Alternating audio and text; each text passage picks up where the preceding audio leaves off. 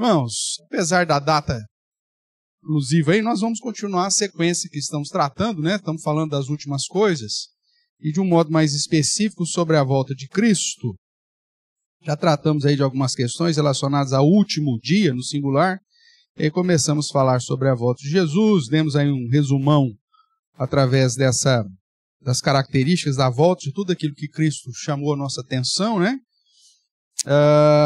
E aí, na semana passada, nós fizemos um parênteses aí para estudarmos um pouquinho sobre Daniel, as 70 semanas.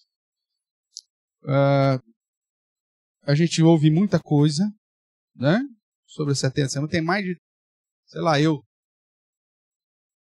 quantos profetas contemporâneos lá no YouTube, lá, cada um dando uma interpretação diferente para você.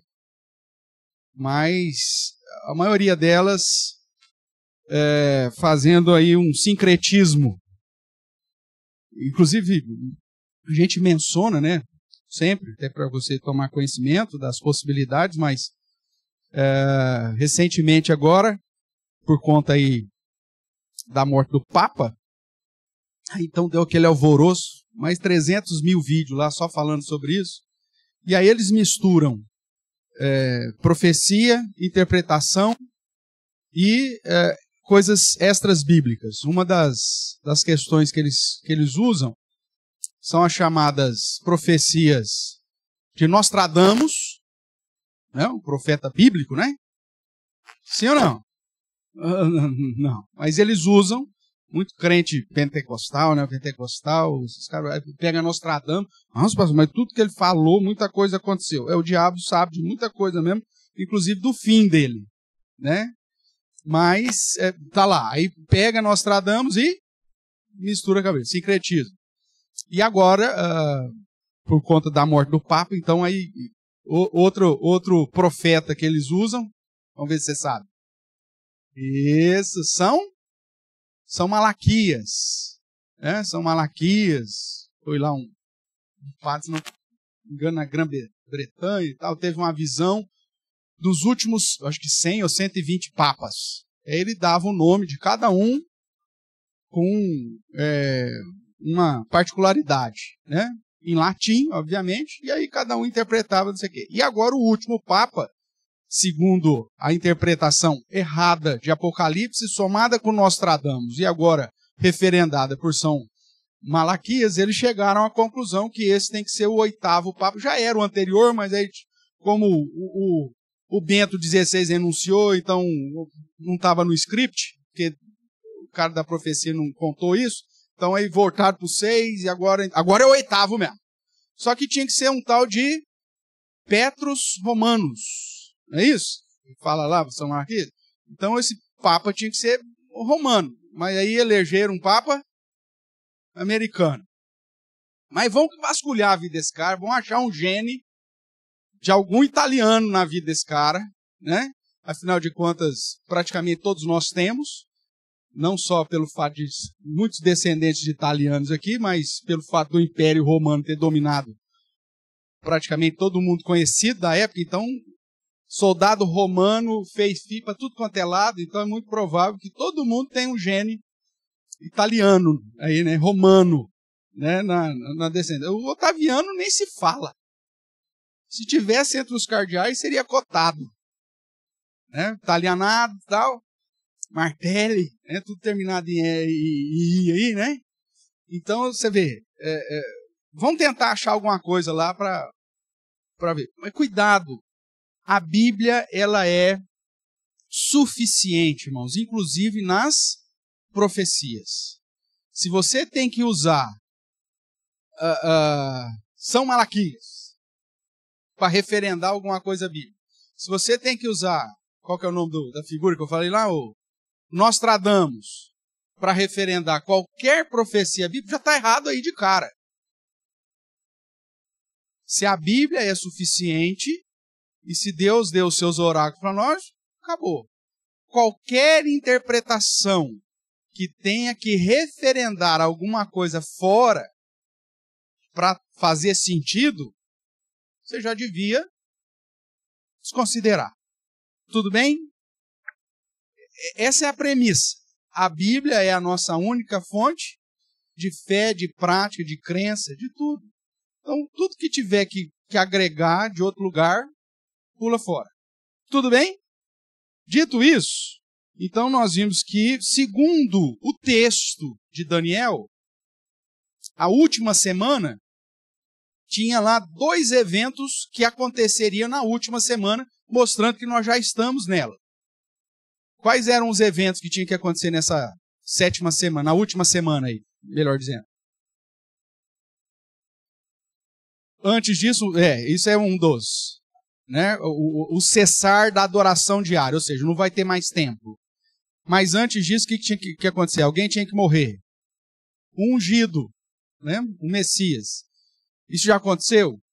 Então, se já aconteceu e está dentro da última semana, então nós estamos vivendo a última semana. Mais uma prova de que as questões não são, as profecias não são literais no sentido temporal, cronológico. Essa foi uma das primeiras coisas que nós quebramos aqui quando começamos a estudar Apocalipse. Apocalipse, ele é simbólico e cíclico, num paralelismo, não é cronológico. Se você quiser interpretar de modo cronológico, você vai errar, não vai só pôr as mãos pelos pés, mas você vai errar de cabeça. Porque todo o histórico da revelação bíblica segue um padrão de paralelismo progressivo simbólico. Foi assim com Daniel, foi assim com os outros oráculos, é assim com Apocalipse. Ah, pastor, mas tudo é simbólico? Os eventos, as figuras apresentadas no oráculo são simbólicos. Os eventos são literais. O ungido morreu? Morreu. O templo foi destruído? Foi. O tempo dos gentios terminou? Pisando sobre Jerusalém como sinal? Foi. Então, os eventos são literais, mas o oráculo usa-se de símbolos. Tudo bem? Então, não se esqueça disso. Tratando, então, sobre isso também falamos a respeito do iníquo, né, que é algo mais complicado. E aí um ponto que eu preciso falar aqui, porque isso está dentro da nossa... do nosso histórico como Igreja Presbiteriana Real Aliança, né? Você que é membro novo, talvez não tenha, é só pedir, não sei se está no site lá, eu já tinha pedido uma vez para colocar no site, mas se não tiver, o presbítero Abner, como secretário de conselho, ele tem acesso fácil também, só pedir para ele te encaminha o histórico da igreja. No histórico da organização da nossa igreja, nós colocamos a questão histórica, por que nós existimos como igreja, e aplicamos algumas questões teológicas que não subscrevemos ou que subscrevemos de um modo diferente da Confissão de Fé de Westminster. Lá nós tratamos a respeito do entendimento da guarda do domingo, que não é cerimonial, mas é moral, né? Se fosse cerimonial, ninguém podia ter feito o ovo hoje, mexido aí, né? Porque esse tipo de trabalho não pode ter no domingo cerimonial. Ninguém poderia ter coado o nosso café hoje. Tudo bem? Ninguém poderia ter passado mais cedo na padaria para comprar o pão que você comeu hoje. Se o domingo fosse para ser guardado cerimonialmente como o sábado judeu, ninguém pode fazer nada. A confissão de fé interpreta dessa maneira. E é por isso que você vai ter algumas igrejas presbiterianas, inclusive igrejas sérias, seríssimas, pastores amigos seríssimos, e que tem o domingo como a guarda de um sábado judeu.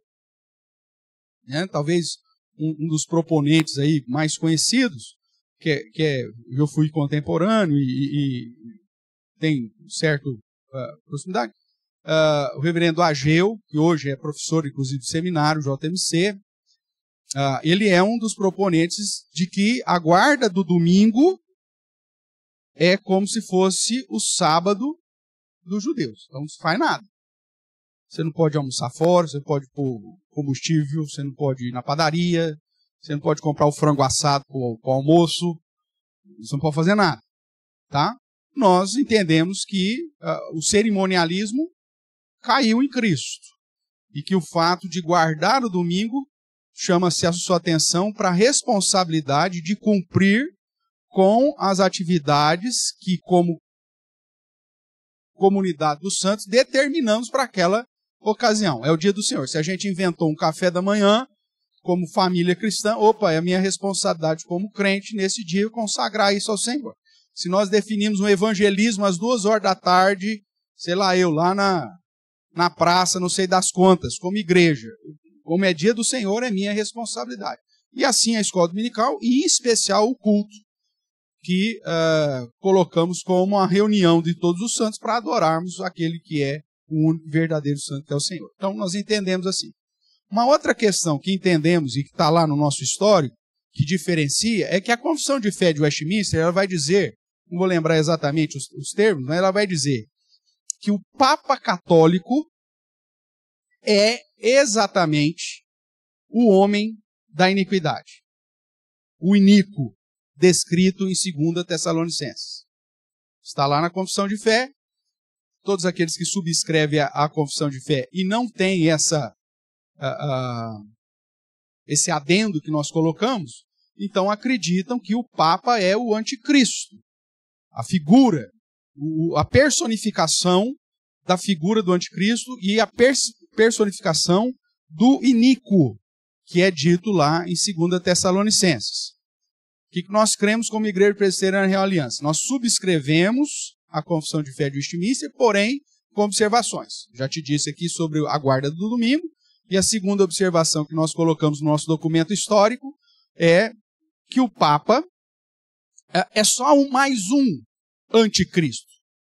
Mas por que anticristo, pastor? Porque, como você sabe, nós já estudamos o termo anticristo, e o próprio João vai dizer na sua carta que muitos anticristos já haviam na época que ele escreveu. O anticristo é aquele que assume o lugar de Cristo. Não é simplesmente o que é contra Cristo. A partícula anti no grego aponta para a ideia de estar no lugar de. Então, aquele que assume o lugar de. A Bíblia diz que o único mediador entre Deus e os homens é quem? Quem que é a ponte entre Deus e os homens? Cristo. Quem que é o pontífice? Pontífice é a ponte, ou o construtor de ponte. Quem que constrói esse caminho até Deus? Cristo. É Jesus Cristo. É o único. A Bíblia diz isso. Aí quando o Papa diz, não, eu sou o pontífice. Eu sou o que constrói a ponte até Deus. O que ele está fazendo? Ele está assumindo o lugar de Cristo. Por isso ele está assumindo o lugar de Cristo. No termo grego, ele é um anticristo, porque está assumindo o lugar de Cristo. Nesse sentido, nós assinamos embaixo, porém não na personificação do iníquo. Porque, segundo Tessalonicenses, o iníquo será destruído por Cristo Jesus na sua volta. E o que a Bíblia nos aponta como aquele que faz de acordo com a eficácia do próprio Satanás, é o próprio diabo, é o próprio Satanás, que com a volta de Cristo será destruído definitivamente e lançado juntamente com todos os ímpios e os anjos caídos nesse lugar reservado de castigo eterno chamado lago de fogo e enxofre, que é o termo, mas simbólico, não significa que vai ser isso literalmente, mas um lugar de constante castigo. Tudo bem até aqui? Então, uma vez agora que surgiu, então, elegeram, né, o novo Papa Católico,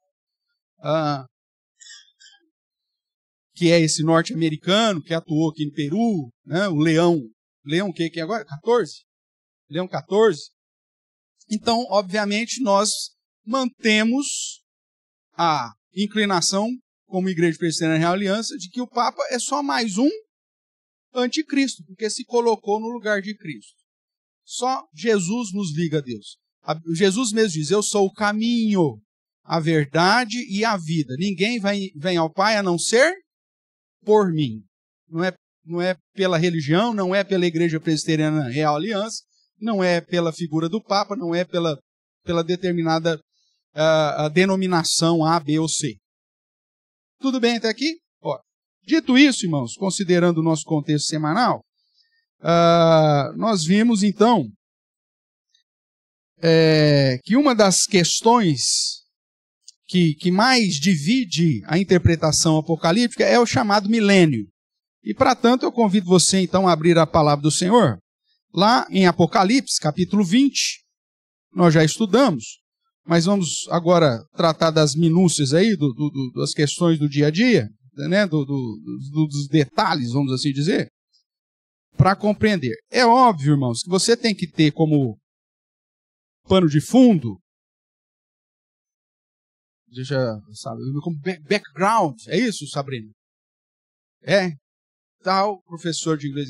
Então, como pano de fundo, você tem que ter que Apocalipse, primeiro, ele tem que fazer sentido para os primeiros destinatários e para nós. Porque Apocalipse diz que vai tratar das coisas que eram, das coisas que é e das coisas que são. Está lá em Apocalipse, capítulo 1, verso 19. Outra questão é que Apocalipse é cíclico. Ele não é, cronológico. Ele é cíclico e progressivo. A cada contar e recontar da história, ele vai acrescentar um detalhe ou vai enfatizar. Aquela velha analogia do aniversário lá que eu já contei para você várias vezes. Tudo bem? Então, o capítulo 20, os acontecimentos do capítulo 20 não são sucessivos ao acontecimento do capítulo 19, nem do capítulo 18, nem do capítulo 17, 16, por aí vai. Não é porque ele está lá no capítulo 20 que ele vai acontecer depois. Porque, na verdade, no capítulo 20 ele começa a recontar de toda a história. Já ainda dentro desse pano de fundo, é preciso entender que Satanás foi preso quando? Na primeira vinda de Jesus. O próprio Senhor Jesus diz que ele amarrou o valente. Porque ninguém pode entrar na casa e saquear sem antes amarrar o valente. Lembra disso? Por que o evangelho nos alcançou? Nós que não somos judeus de nascimento e de nome. Porque Satanás não pode mais seduzir as nações, Satanás não pode mais enganar as nações, e aquele evangelho que saiu vencendo para vencer, então agora nos alcança.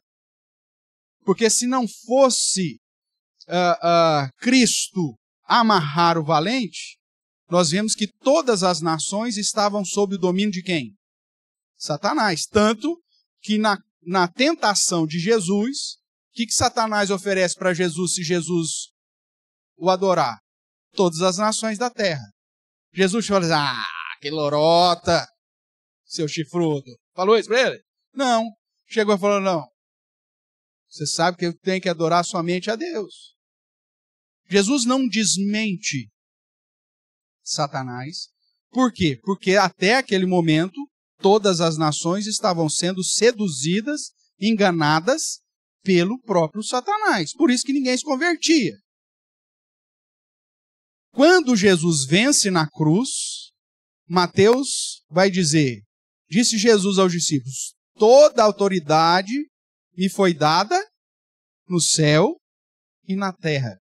Por isso, ide e fazei discípulos de todas as nações. Por que agora o evangelho é de ide e não mais de vinde?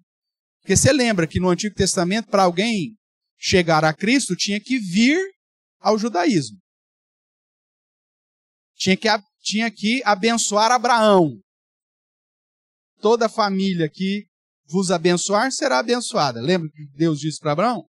Então, no Antigo Testamento, o caminho de salvação era vinde para o judaísmo. Receba o sinal da aliança, que na época era a circuncisão, venha se tornar judeu. Com a obra de Cristo, o vinde se transforma em ide. Dentro de missiologia, a gente estuda como a força centrípeta e centrífuga, né? A obra centrífuga agora é de fuga, no sentido de que agora nós temos que ir. E o ir, segundo Mateus 28, só é possível porque Jesus recebeu toda a autoridade. No certo, mas ele não é o Senhor? Deus não é soberano sobre o universo? Que história é essa? Me foi dada a autoridade do céu e na terra. Jesus, como Deus que é, né, na triunidade, ele já não tinha domínio sobre todas as coisas? Sim, Mas o que nós estamos tratando aqui é de autoridade redentiva. Autoridade da redenção, autoridade de alcançar aqueles que estavam devendo e que agora, pelo pagamento na cruz, conforme Paulo diz, Satanás foi envergonhado na cruz, publicamente, quando Cristo cravou os nossos pecados e rasgou a cédula de dívida, a caderneta de dívida que nós tínhamos contra Deus. Lembra de tudo isso? Então você tem que ter tudo isso como pano de fundo. Feito isso, quando nós vamos aqui para Apocalipse 20, que vai falar da prisão de Satanás, você tem que levar em conta todo esse contexto de que, na verdade, Apocalipse 20 está falando de algo que já aconteceu, que estava acontecendo e daquilo que viria. O que já tinha acontecido? Satanás já tinha sido preso. O que estava acontecendo? Jesus estava chamando os seus para serem sacerdotes e para reinar com ele os 1000 anos. O que são esses 1000 anos? Vamos ver, mas é o período em que Satanás não pode enganar as nações. Terminado o milênio, diz o texto, que Satanás vai ser o quê? Solto de novo. Para fazer o quê? Seduzir as nações. Para voltar a enganar as nações. E é por isso que nesse período, como nós vimos em Tessalonicenses, casa com o chamado período da apostasia. Irmão, nós já estamos vivendo esse negócio, hein? É o período que você vê pessoas que eram crentes simplesmente abandonando o evangelho por amar o presente século, por não transformar a mente, como Paulo diz lá em Romanos 12, mas por abraçar o presente século. Ele volta, e a apostasia não é negar a fé, simplesmente, mas é abraçar a falsa fé. Por isso que Cristo diz que iria aumentar os falsos mestres. Se vai aumentar falso mestre, é porque vai aumentar falsos seguidores. É questão de demanda e oferta, ou oferta e demanda. Você, se só aumenta falso mestre, mas não aumenta seguidor, o que vai acontecer? Esse falso mestre vai ficar fazendo igual o Caio Fábio faz lá, brigando com os outros na internet. Tudo bem? Mas não. Como que esses caras são mantidos? Como que eles se sustentam? Porque além de aumentar o número de falsos mestres, vai aumentar o quê? Os seguidores. Mestres que vão trazer uma interpretação mais tolerante, que não exige aquilo que foi dito aqui hoje pela manhã, com o presbítero Roberto, né? A santificação, sem a qual ninguém verá a Deus. E aí ele aponta lá, né, as questões lá para você não se afastar da graça. Dentre elas, a ideia de que você não seja impuro, como foi Esaú, que você não seja idólatra, produzindo raiz de amargura, que é a conexão que ele fez com Deuteronômio 29, 18, que fala justamente isso, que todas as famílias têm um coração não desviado do Senhor, para servir a outros deuses. Então, é isso, irmãos, é tudo isso que está em jogo. Tudo bem?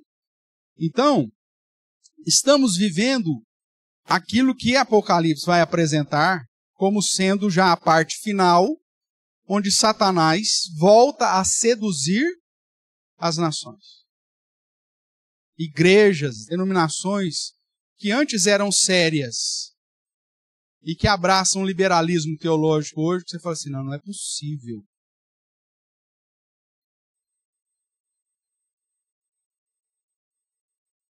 Você pega dentro da igreja presbiteriana do Brasil, igrejas locais. Como denominação você tem ainda a base lá, tá lá. Mas igrejas locais. Não sei se você já teve a oportunidade de visitar algumas igrejas presbiterianas, quando você viaja por aí. Tem algumas que você vai e você fala assim, aí você sai lá fora, olha de novo na placa, mas tá a Igreja Presbiteriana do Brasil mesmo, velho. Que é isso? Já aconteceu isso com você ou não? E não precisa ir muito longe, não. Não precisa passear longe, não. Né? Você entra, tá lá escrito lá, ô, Igreja Presbiteriana. Então vai, chega lá, você fala, não, mas peraí, meu amigo. Tem nada a ver. Então, isso dentro da nossa denominação. Agora, se você olha para outras denominações históricas, o que acontece? Igrejas que eram co-irmãs, que distinguiam administrativamente falando, ou uma ou outra situação que não batia, né? E que hoje são denominações que há 60 anos atrás eram consideradas denominações cristãs sérias e que hoje virou uma bagunça. Tá vendo?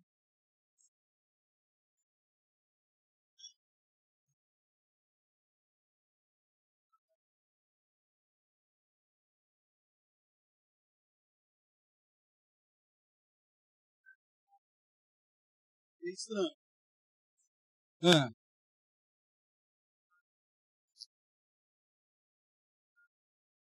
A namorada da minha mãe. O pastor falando.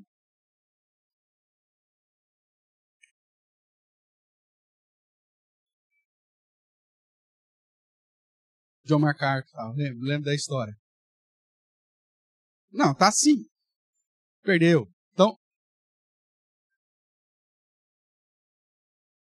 cheio de ritualismo, aquela coisa toda. Eu tive a oportunidade também, o seu Zé não está aí hoje, na cidade de Lugano, que é na Suíça. Eu fui numa igreja, aí eu cheguei, procurei uma igreja presbiteriana, obviamente, aí fui na igreja presbiteriana e tinha uma plaquinha na porta da igreja que não haveria culto naquele domingo, porque o pastor estava com tosse. Então, quer dizer, o pastor está com tosse, não tem culto. Eu já vim pregar aqui, só não vim de fralda ainda, mas no resto já vim de tudo quanto é jeito. Mas lá o pastor estava com tosse, desmarca o culto. Tudo bem, caramba. E isso também, só fui procurar uma igreja presbiteriana em Lugano, porque o missionário presbiteriano de Milão desmarcou o culto que eu estava lá. O senhor estava aqui e nós desmarcamos o culto. Eu falei, mas eu vim aqui justamente para ver o culto. Agora já avisei a turma, ninguém vai aparecer, então vamos procurar um lugar para ir. Então tá bom. Como em Milano não tinha, fomos para Lugano. Aí a igreja presbiteriana fechada. Aí fomos para uma igreja batista. Linda. Brasileiros lá, tal, me senti em casa. O pregador, o pastor pregando em italiano, então dava para dar uma arranhadinha, alguma coisa, né? Tal, beleza. Aí o cara vai pregar que Deus é mãe. Porque pegou em Jeremias, hoje te gerei. Quem gera é mãe. Então Deus é mulher. Deus não é pai. Isso é fruto de uma sociedade machista, né? Um patriarcado forte, tarará. Mas você pode muito bem chegar para Deus e falar, mãe. Tá bom o negócio. Tá chique o troço aqui. Berço do cristianismo, irmãos. Uma região que muito provavelmente viu grandes debates e influência da reforma protestante. Com bodes nos púlpitos. Então, essa é a realidade. Essa é a nossa realidade. Segundo Apocalipse 20, fruto do quê? Da sedução, do engano de Satanás. Lembrando, irmãos, que desde a época de Jesus, quem veio enganar, matar e destruir? Não. Quem veio enganar, matar e destruir? Os fariseus, eram os líderes. Satanás usa esses líderes. O contexto lá de João 10, né? Que diz que eu vi Cristo dizendo que que o falso vem para matar, roubar e destruir, ele está falando com os fariseus, com os líderes, com os religiosos da época. A falsa religião vem matar, vem roubar, vem destruir. Se vai crescer falsos mestres, vai crescer o número de falsos mestres, é porque vai crescer o número de falsos discípulos, falsos seguidores. É por isso que a igreja falsa cresce tanto. É sinal dos tempos dos fins. Tudo bem? Então vamos lá. Então no fim, né, ele voltará a acolher aí, a seduzir as nações. Vamos ver aqui então o que diz Apocalipse 20. Então vi descer do céu um anjo, tinha na mão a chave do abismo, uma grande corrente. Ele segurou o dragão, para não ficar dúvida, a antiga serpente, que é o diabo, Satanás, prendeu por 1000 anos. Essa mesma descrição de Satanás já foi dito lá atrás. Porque é cíclico, está repetindo.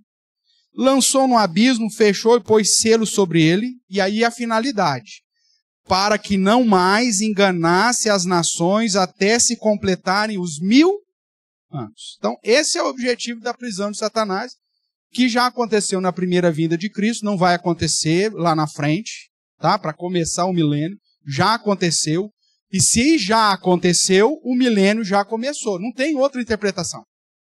Se você crê que Satanás já foi preso para não mais enganar as nações, conforme Cristo disse,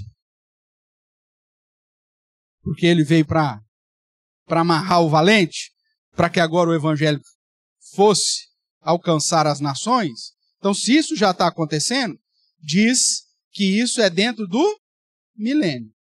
Porque a prisão de Satanás é o que inaugura o milênio. Então, se você não, pastor, Satanás não está preso, não está enganando as nações. Aí a grande pergunta é, então, como você foi alcançado pelo Evangelho? Como que ele te abriu o entendimento se Satanás está enganando as nações? E por que isso não acontecia antes de Cristo? Quantas e quantas nações se convertiam ao judaísmo antes de Cristo?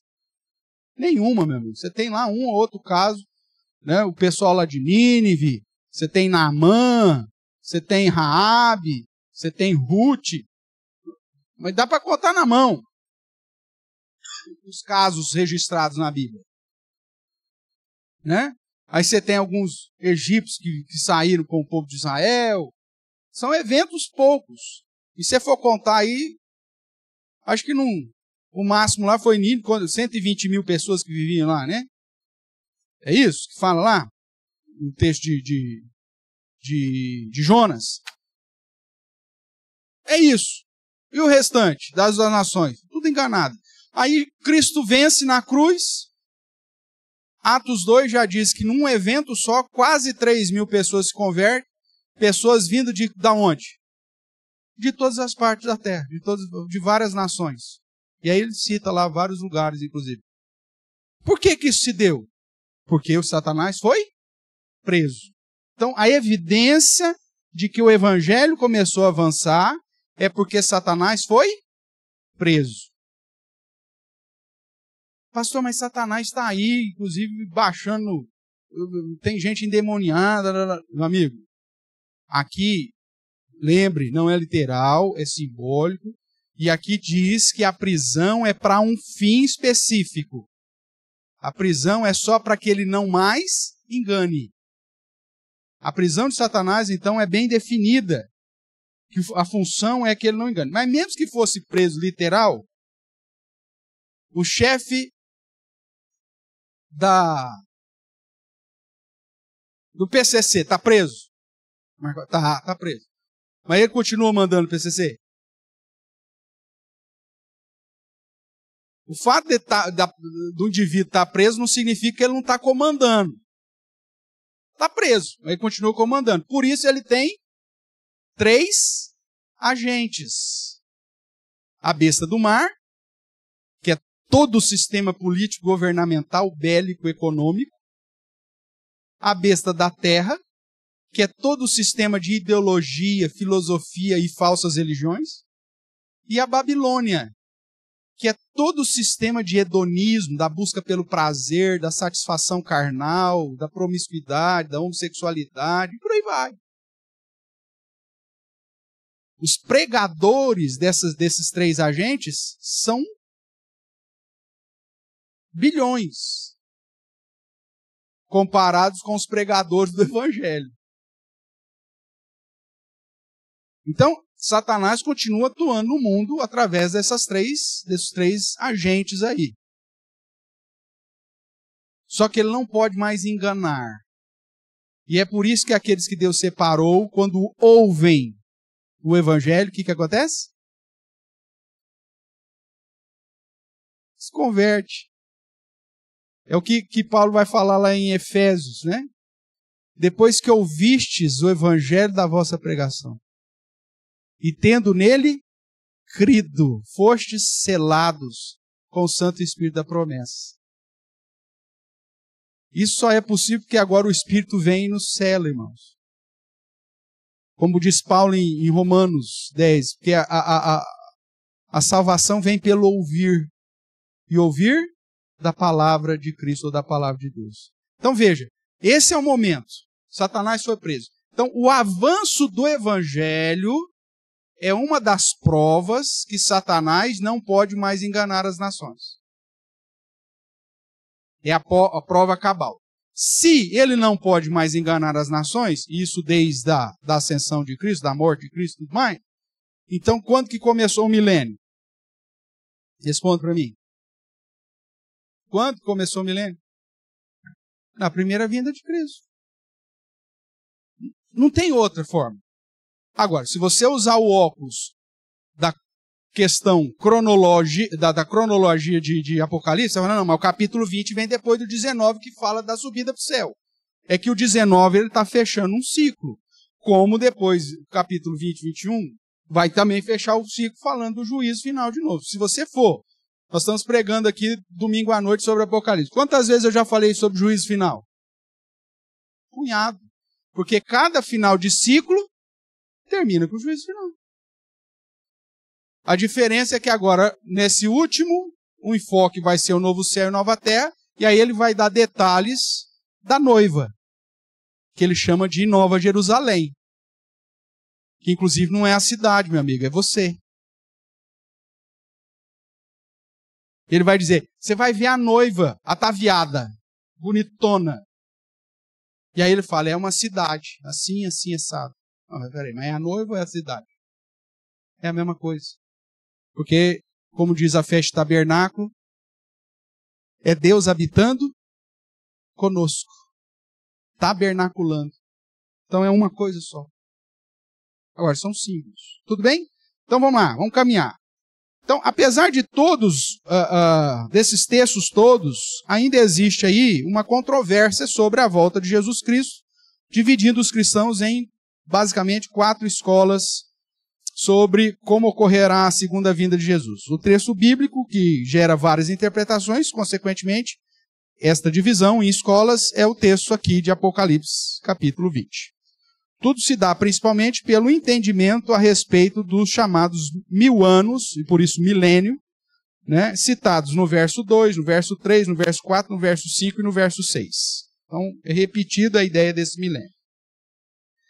Esse milênio refere-se ao período do reinado de Jesus antes da implantação total do estado final, que vai ser no novo céu e na nova terra. E é sobre este período, chamado de milênio, que se desenvolve, então, pelo menos 4 perspectivas diferentes, que muito provavelmente você já ouviu. A primeira dela é o chamado pré-milenismo, que se divide em 2, pré-milenismo histórico e pré-milenismo dispensacionalista.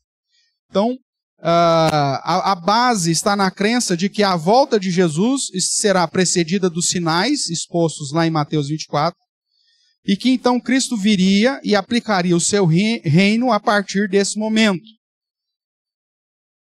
reinando por 1000 anos. Depois, voltaria mais uma vez para o juízo.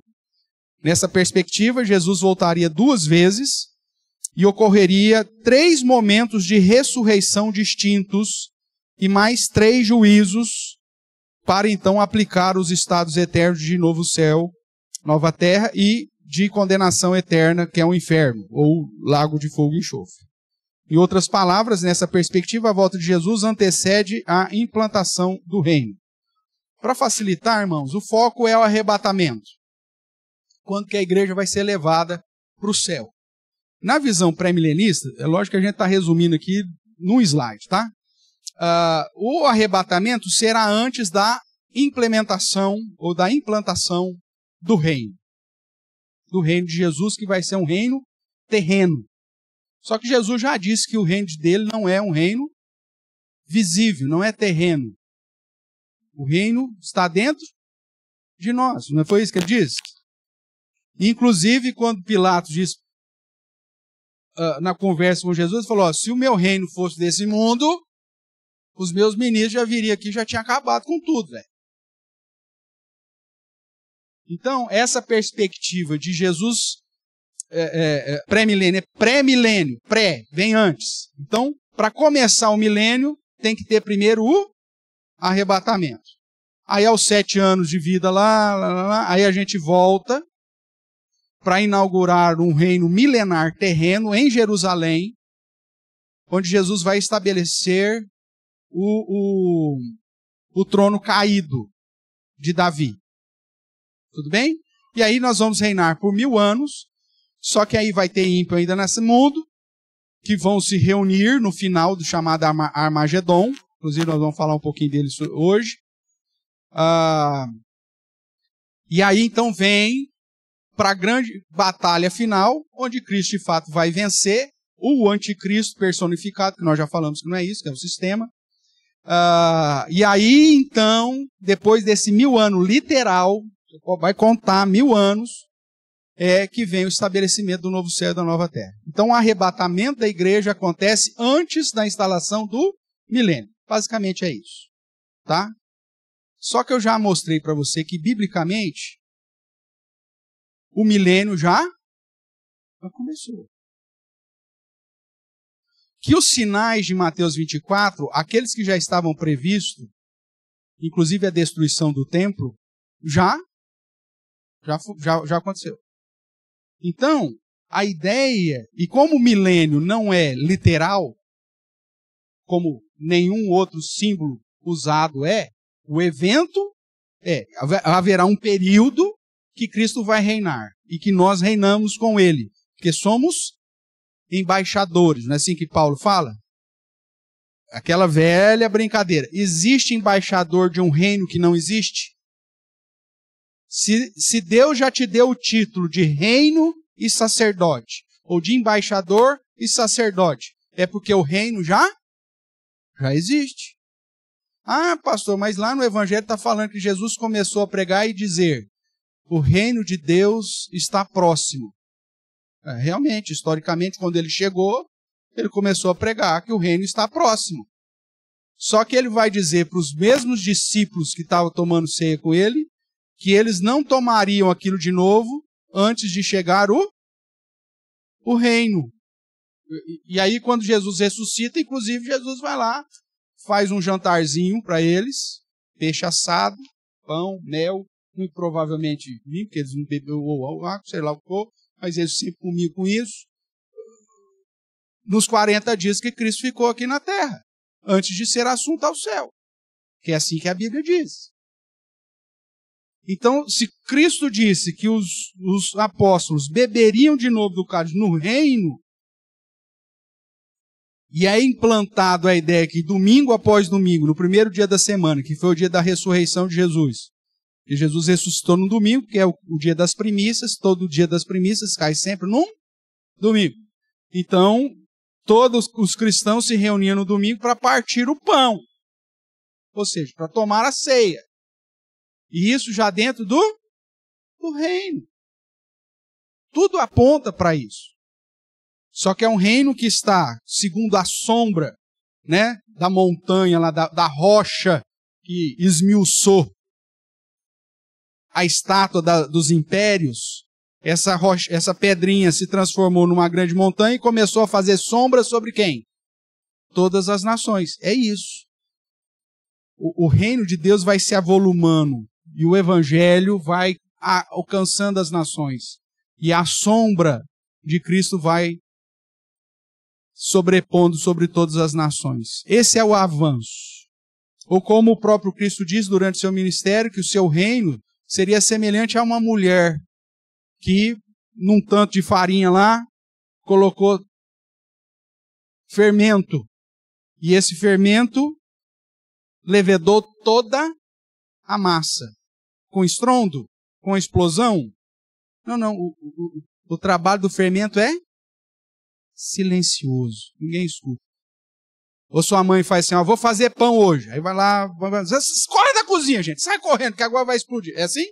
Não. Porque o trabalho do silêncio, do fermento é silencioso. O reino, ele vai crescendo, irmãos. A gente não tem noção desse troço. Até os países fechados para o evangelho, o poder do evangelho está alcançando pessoas. Seja através da via de rádio. Por exemplo, tem várias organizações cristãs que vão lá em Coreia do Sul, na fronteira, e instalam rádios, antenas de rádio, com transmissão em coreano do evangelho, para que as pessoas na Coreia do Norte consigam sintonizar lá e ouvir do evangelho. Tem organizações que usam balões e eles põem Bíblia e põem um chip na Bíblia justamente para eles acompanhar aonde que caiu isso.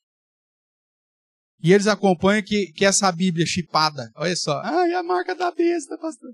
Essa Bíblia chipada, eles vão acompanhando, e essa Bíblia vai de vila em vila. Aí os caras falam, ó, pegaram. Alguém pegou a Bíblia e está indo, está lendo esse negócio lá. Então, mesmo nos países fechados, irmãos, você vê a estratégia que Deus vai dando à igreja e o evangelho vai sem estrondo nenhum, sem lotar Maracanã, sem fazer campanha nenhuma. Assim, eu não encontrei ninguém ainda do Billy Graham, dos 80 mil lá do Maracanã, que mudou o Brasil. Não conheço ninguém que estava lá, que fez algum trabalho assim, grandioso. O evangelho não é disso, irmãos. O evangelho é silencioso. O seu avanço é silencioso. Todo evento estrondoso, grandioso, não sei o que, qual que é o fruto desse troço? Senão o crescimento do próprio pregador. Nada. A Universal, alguém fala, fizeram uma reunião lá no Pacaembu, pastor, tá, cadê que a cidade de São Paulo está melhor?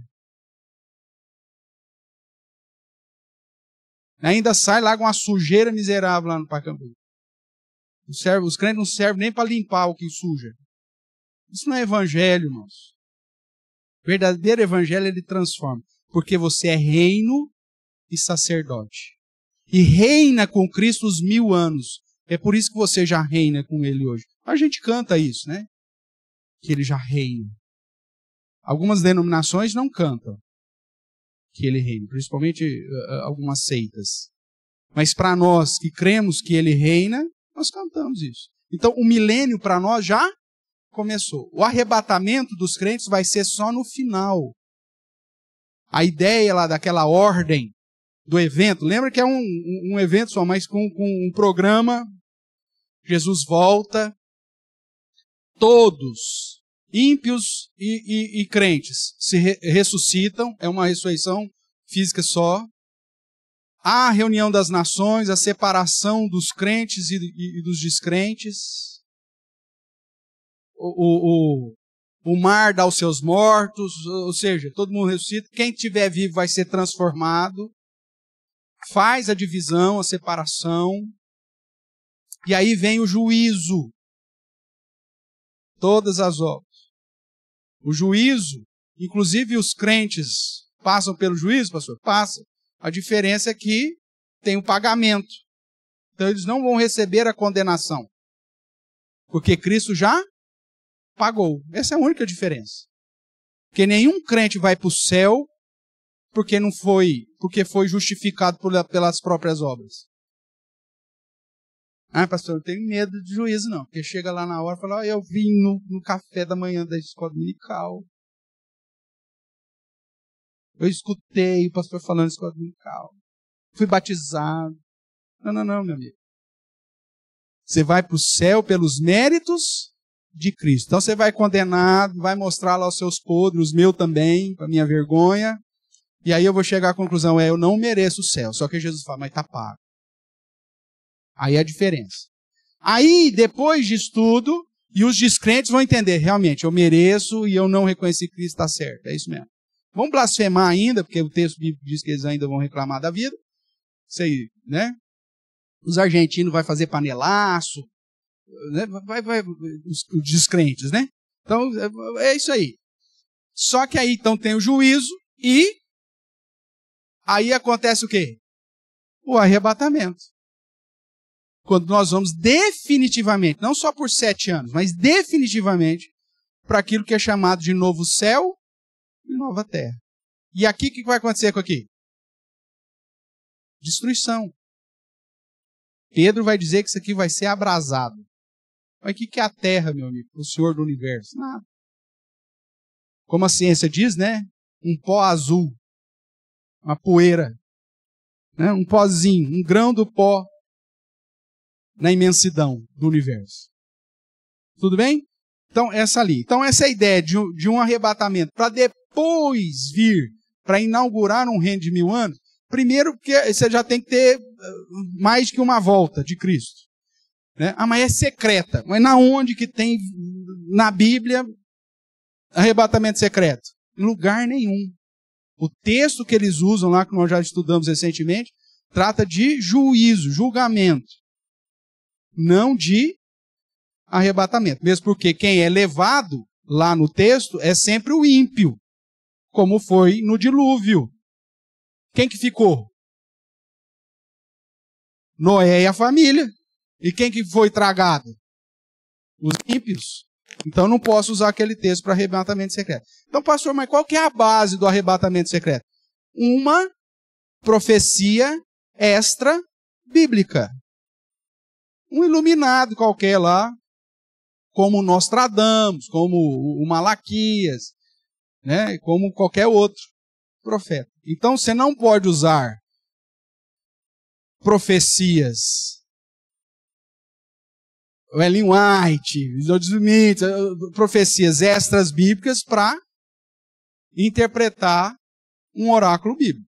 Tudo bem? Tá bom. Então, pré-milenismo, acredito que há um arrebatamento para depois ter um milênio. Vamos lá, pós-milenismo, aí por causa do meu tempo, eu tenho que terminar rapidinho aqui. Para a escola, para essa escola, pós, então pré vem antes, pós, depois. Então, para essa escola, o reino de Deus está atualmente sendo expandido através do ensino, a pregação do evangelho a todas as nações, e pela visão deles, que essa visão nasce no período chamado de avivamento da obra missionária, que o evangelho começou a alcançar um monte de gente, um monte de nações. Então, na cabeça desses que tiveram essa interpretação, o evangelho vai alcançar o mundo inteiro e o mundo inteiro vai virar o céu, cara, porque todo mundo vai virar crente. Vai ser um reino de paz estabelecido pela igreja, pela pregação. Todo mundo vai se converter, todo mundo vai mudar a postura moral, todo mundo vai mudar o jeitão de viver. Vai ser o céu na terra e vai durar isso 1000 anos. Mas depois que estabelecer isso, aí então virá o arrebatamento. Então o milênio ele é produzido pelo avanço missionário da igreja. É o que diz essa visão, tá? Então isso resultará em um longo período de paz chamado milênio, onde o cristianismo superará todo o mal, que será minoria, gerando prosperidade. Em outras palavras, nessa perspectiva, a implantação do reino antecede a volta de Jesus e os demais eventos do dia final, porque é a igreja que está implantando. O arrebatamento é após o milênio terreno, implementado pelo avanço do evangelho. Então Cristo não vai voltar aqui para reinar lá em Jerusalém, estabelecer o trono caído, porque na verdade é a igreja que vai fazer isso como representante de Cristo. O problema também, irmãos, em relação ao trono caído de Davi, é que Atos 15, Tiago vai dizer que isso já aconteceu. O trono de Davi já foi restabelecido. Você lembra disso? Porque então Jesus voltaria para estabelecer o reino caído. Lembra lá o pré-milenismo? Só que abra lá, Atos 15. Quando Tiago vai dar o seu parecer lá no concílio de Jerusalém,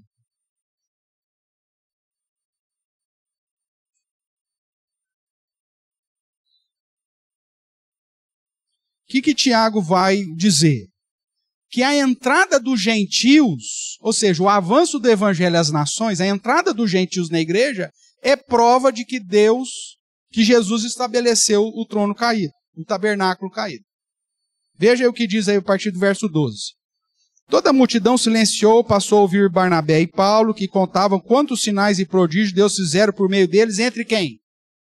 Quem são os gentios? Gentios, com O-S no final. São todos os povos não judeus, tá? Cuidado, confundir com gentil, com L, que gentil sou eu, uma pessoa gentil, né? Sim, calminha, sempre gentil com você, tal. Né? Então isso é gentil. Agora gentil é as nações não judias, tudo bem? Então o evangelho começou a alcançar os gentios, começou a alcançar as nações. Depois que eles terminaram, falou Tiago dizendo: irmãos, atentai nas minhas palavras. Expôs Simão como Deus primeiramente visitou os gentios, a fim de constituir dentre eles um povo para o seu nome. Confere com isto as palavras dos profetas, como está escrito: cumpridas essas coisas, voltarei e reedificarei o tabernáculo caído de Davi, e levantando de suas ruínas, restaurá-lo-ei, para que os demais homens busquem o Senhor. Quem são os demais homens? As outras nações. Para que os demais homens busquem o Senhor. E também todos os gentios sobre os quais tem sido invocado o meu nome. Diz o Senhor que faz essas coisas conhecidas desde século.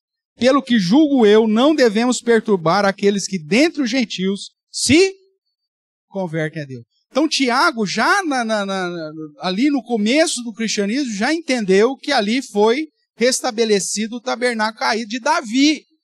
O reino já foi restaurado. E a prova de que o reino foi restaurado e que estamos vivendo o reino, consequentemente o milênio, foi a entrada dos gentios na igreja. A conversão das nações. Porque Satanás está preso. Ele não pode mais enganar. Então, desde Atos, nós vemos que o trono, o tabernáculo de Davi não era sacerdote. O tabernáculo que ele está falando é o trono, o reino. Ok? O reino de Davi, que foi restabelecido, segundo Tiago, tem como prova cabal e definitiva a conversão dos outros povos. Por isso o reino já começou. Tudo bem? Então o pós-milenismo fura, porque ele vai usar uma questão momentânea, histórica, que era o avanço do evangelho e da obra missionária, para dizer, olha, nós vamos apaziguar todo mundo. Vai ser um reino de paz aqui na terra. Mas nunca foi essa promessa, por isso está fora. E a última, para a gente terminar isso, é historicamente chamado de amilenismo, e esse nome, como alguém já disse, não é o melhor nome, porque é como se não existe milênio, né? Mas não é isso. Nós sabemos que existe o período. E por isso alguém já estabeleceu uma outra sugestão, que é o milênio realizado, ou seja, já estamos vivendo o milênio, mas não literal. Então, nessa perspectiva, nós vemos que a crença de que já estamos vivendo os últimos dias, Pedro já disse isso lá em Atos 2, que já eram os últimos dias, que o reino de Jesus já é uma realidade para os cristãos, apesar de não ser visível a todas as pessoas do mundo. Aquela ideia, Boni, que nós até conversamos o tempo, do já e do ainda não. Já é uma realidade, mas ainda não é visível a todos. Que nossa história caminhará para eventos que precedem a volta de Jesus, como a grande tribulação, por exemplo, que nós já sabemos que já vivemos desde também do início, né? E que o dia final é um único evento com vários acontecimentos, com uma programação longa. A segunda vinda de Jesus, a ressurreição de todos, a transformação dos vivos, o juízo, e aí então o arrebatamento e a aplicação dos estados eternos. Salvação e condenação. Em outras palavras, nessa escola, o reino de Jesus já está implantado. O milênio não é literal e culminará na volta de Cristo e nos demais eventos do último dia, inclusive o arrebatamento. Então, irmãos, nós não estamos esperando um arrebatamento secreto para ir para o céu, ficar 7 anos lá, depois voltar, para ficar 1000 anos aqui, contando, dia de, meu Deus do céu, 998 anos. Passou mais um, 997, farta. Não tem essa angústia. Você esperar de novo o fim. Essas posturas que jogam o milênio lá para frente, deixa o crente acomodado. Se não for no arrebatamento, eu vou na grande tribulação, morro por causa de Cristo, está tudo certo. E se não for durante os 1000 anos lá, quando Cristo voltar, eu vou lá para Jerusalém e me converto. Não, meu amigo, você só tem a chance daqui agora. Ou você se entrega a Cristo aqui agora, ou então talvez você não tenha o amanhã. E nós que cremos que o reino já está implantado, somos reino e sacerdote, temos que pregar o evangelho hoje. Temos que anunciar as boas novas agora. Temos que dizer para que todo mundo se arrependa e se reconcilie com Deus hoje, porque Jesus pode voltar a qualquer instante. E volta para pôr fim na história. Ponto final. Então, olhando de mais perto em Apocalipse 20, nós vemos então que os pressupostos teológicos, principalmente sobre Deus e sobre a salvação, serão determinados para a interpretação que nos conduzirá à inclinação para algumas dessas escolas. E pelo que nós já referimos aí, o mais importante referente ao Apocalipse 20 é determinar, nós já fizemos isso em outro tempo, o nosso entendimento sobre os 1000 anos, fizemos hoje, e sobre a primeira ressurreição, que nós também já mencionamos, que trata de conversão, mas que nós vamos dar uma reforçada na semana que vem, se Deus permitir. Ok? Irmãos, nós estamos vivendo o reino ou não? Sim. Isso vai mudar completamente a sua postura em relação à espera de Jesus. Porque a hora de se consagrar é agora. A hora de viver em santificação é agora. A hora de pregar o evangelho é agora. Não vamos ter 2ª, 2ª, 3ª chance. É agora. Ok?